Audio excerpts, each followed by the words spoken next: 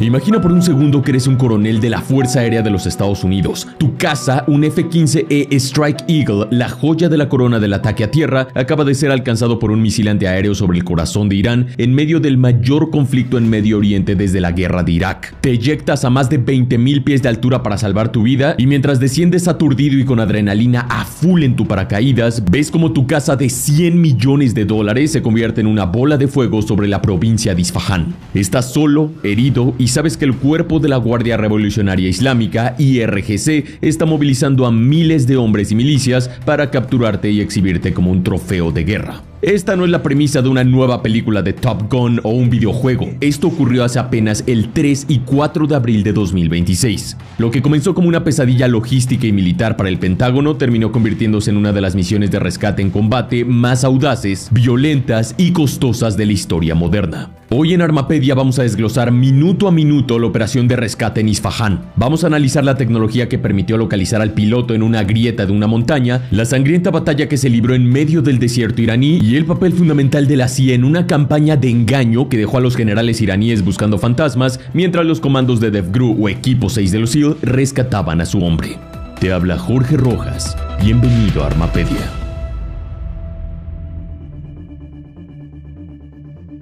Bien, a este punto, si no sabes lo que está pasando en Medio Oriente, si no tienes claro lo que ocurre en Irán con la operación Epic Fury y la eliminación del ayatollah Ali Khamenei, entonces estás bastante perdido. Pero no te preocupes, te dejo todo explicado en los videos que tienes en la descripción. Ahora bien, si ya estás contextualizado, sabrás que después de 34 días de guerra total entre Estados Unidos e Israel contra Irán, ocurrió algo que lo cambió todo. El viernes 3 de abril de 2026, alrededor de las 14:15 hora local, un caza F-15E Strike Eagle en plena misión de alta prioridad fue interceptado por el misil guiado de una unidad antiaérea iraní supuestamente con un sistema de detección infrarroja pasiva sobre la provincia de Isfahán. Y esto no es un dato menor. Isfahán no es cualquier lugar, es uno de los núcleos más sensibles de Irán. Instalaciones nucleares, bases militares, sistemas de defensa en máxima alerta. El simple hecho de que un F-15E haya sido derribado en esa zona nos dice algo. Las Fuerzas Armadas de los Estados Unidos estaban operando al límite en pleno territorio enemigo y las defensas iraníes estaban más que listas. Tras el impacto, ambos tripulantes lograron eyectarse. En este tipo de aeronaves hablamos de dos hombres, el piloto y el oficial de sistemas de armas, también conocido como WSO.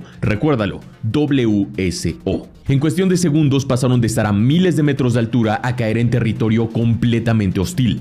Ambos se eyectaron de la aeronave y activaron sus sistemas de emergencia al tocar tierra, pero el caos, la geografía y la rapidez de la respuesta iraní hicieron lo inevitable, quedaron completamente separados. Para las 18:30 horas de ese mismo día, un equipo de búsqueda y rescate en combate, CSAR, logró ejecutar una extracción quirúrgica y recuperar solo al piloto estadounidense. Pero el oficial de sistemas de armas no. El WSO, un coronel estadounidense con años de experiencia, seguía desaparecido en el corazón de territorio enemigo, y aquí fue donde la situación escaló a otro nivel.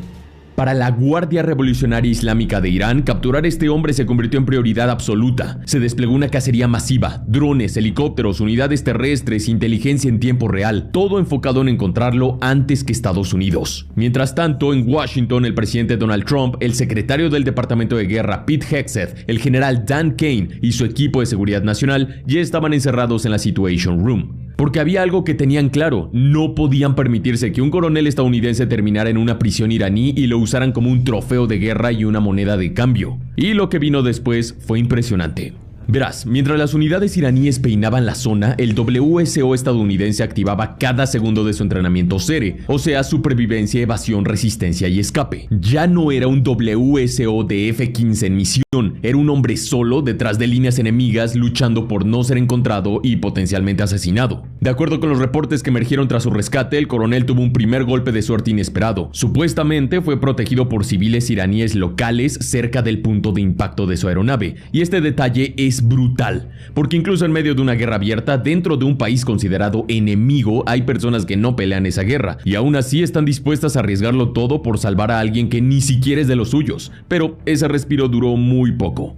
El cerco de la Guardia Revolucionaria Islámica comenzó a cerrarse. Drones en el aire, patrullas en tierra, comunicaciones interceptadas. La cacería estaba en marcha. El coronel estadounidense no tuvo opción. Tuvo que desplazarse hacia las zonas montañosas de Isfahán, donde encontró refugio en una grieta prácticamente invisible desde el aire. Ahí permaneció levemente herido, aislado y en silencio absoluto mientras unidades iraníes pasaban a escasos metros de su posición. Y ahí es donde entra otro actor clave, la CIA, la Agencia Central de Inteligencia de Estados Unidos, tomando el control para evitar que el enemigo encontrara al coronel estadounidense. La CIA, junto al Comando Cibernético de los Estados Unidos, activaron lo que los expertos llaman una campaña de engaño exquisita. Sabían que los militares iraníes estaban escuchando todo, comunicaciones, señales, incluso el ruido en redes sociales, así que hicieron lo mejor que saben hacer, manipular el campo de batalla sin disparar un solo tiro. La CIA y el US Cybercom comenzaron a filtrar información falsa dentro de Irán. El mensaje era claro, el oficial estadounidense ya había sido rescatado y estaba siendo evacuado por tierra hacia el sur del país. Por supuesto, el impacto para las autoridades iraníes fue inmediato. Los mandos de la Guardia Revolucionaria Islámica reaccionaron como se esperaba, redireccionaron recursos, desplegaron unidades y concentraron su atención en la frontera sur, buscando convoyes, vehículos sospechosos, cualquier rastro del supuesto escape. Pero todo era una ilusión. Mientras miraban hacia el lugar equivocado, el verdadero objetivo seguía oculto en las montañas de Isfahán. Ese fue el momento clave.